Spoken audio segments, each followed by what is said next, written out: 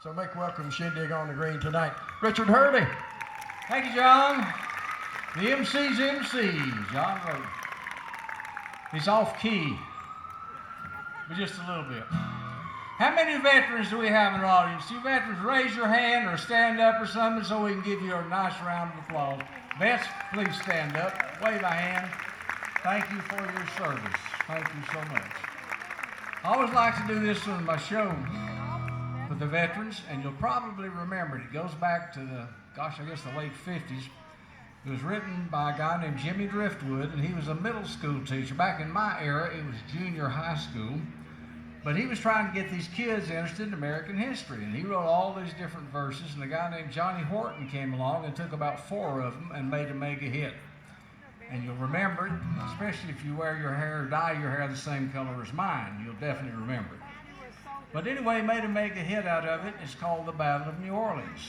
The tune is an old fiddle tune called The 8th of January. You hear a lot of these old fiddlers, mountain fiddlers, play that. The significance of it is that was the first day of the Battle of New Orleans, which actually lasted 37 minutes, by the way. Here we go, sing along with me.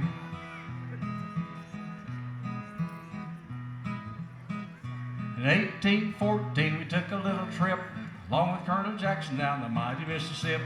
Took a little bacon and we took a little beans, and we caught the bloody British in the town of New Orleans. Fired our guns and the British kept a-coming, and there wasn't as many as there was a while ago. Fired once more and they began to running down the Mississippi to the Gulf of Mexico. Looked down the river till we seen the British come. Must have been 100 of them beating on the drum. Stepped so high and made the bugles ring. Stood beside our cotton bales and didn't say a thing. Fired our guns and the British kept a-coming, and there wasn't as many as there was a while ago.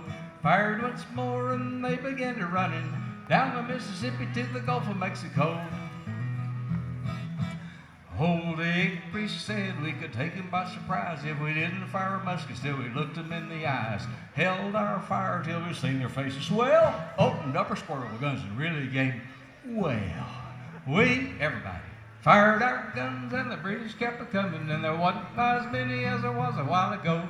Fired once more and they began to running down the Mississippi to the Gulf of Mexico. Well, they ran through the briars and they ran through the brambles and they ran through the bushes where the rabbits couldn't go. They ran so fast that the hounds couldn't catch them down the Mississippi to the Gulf of Mexico. Fired our cannon till the barrel melted down. Grabbed an alligator and we fought another round. Filled his head with cannonball and powdered his behind. When we touched the powder off, the gator lost his mind. We fired our guns and the British kept a-coming, and there wasn't as many as there was a while ago. Fired once more and they began to running down the Mississippi to the Gulf of Mexico. Hup, 2, 3, 4, sound off. 3 and 4, 1, 1. Thank you. Thank you. Now, if you dye your hair the same color I dye mine, I see a few of you do that. Well, you may remember what happened 71 years ago today, about this same time of day. Anybody got any idea? 71 years ago. Now, you youngsters won't remember this. There were 3 guys in a little studio over in Memphis, Tennessee, this day, 71 years ago, right about this time of day. And they were on this little tune going like this. The guy that owned the studio, his name was Sam Phillips. And he came out and said, "What are you guys playing?" They were taking a break. His eyes just on an old blues song we picked up. He said, "Well, get your guitar," and left the guitar and the bass. "I want to record it." And he recorded it, and he took it down to the studio, down to the radio station. It wasn't even a record at the time, just a tape. And he went in and he told the guy that was a DJ that night, said, "Would you play this song?" And he played it one time, and he had 40 phone calls. And he played this song 14 times in a row. And if you don't know who I'm talking about now, I'm talking about Elvis Presley. Now, Elvis was 19 at the time. I'm a little older than that. But it was actually this kind of tune. This is the key he played in.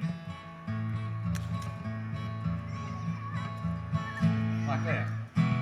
Anyway, just a bar or two of it. Well, that's all right now, Mama. That's all right for you. That's all right now, Mama. Just any way you do, and that's all right.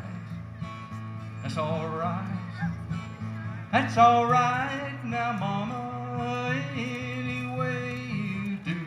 And that's what happened 71 years ago today. And I thought I'd share that with you. Thank you. Now, going back to my regular program, how many of you here have ever heard of a guy named Bascom Lamar Lunsford?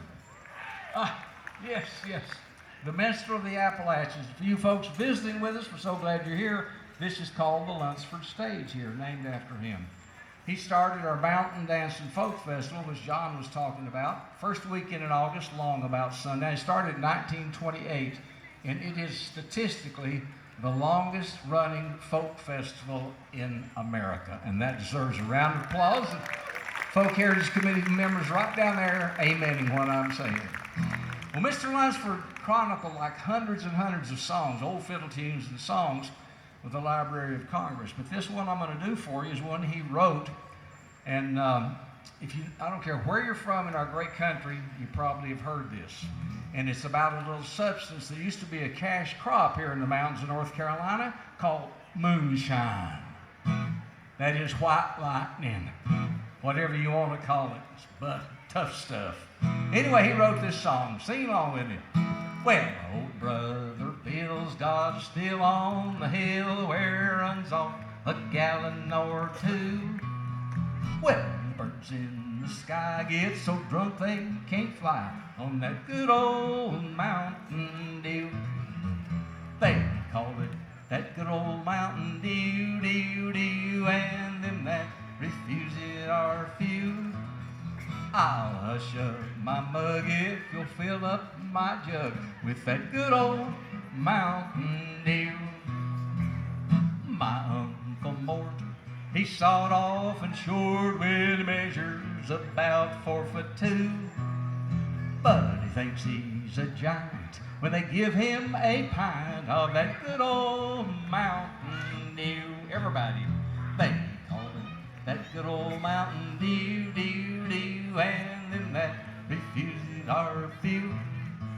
I'll hush up my mug if we'll fill up my jug with that good old Mountain Dew. Well, my Auntie Jane tried brand new perfume, well, it had such a sweet smelling pew.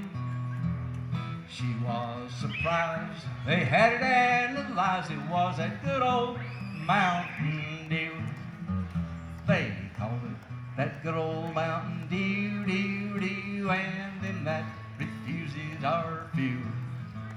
I'll hush up my mug if you'll fill up my jug with that good old Mountain Dew. Thank you.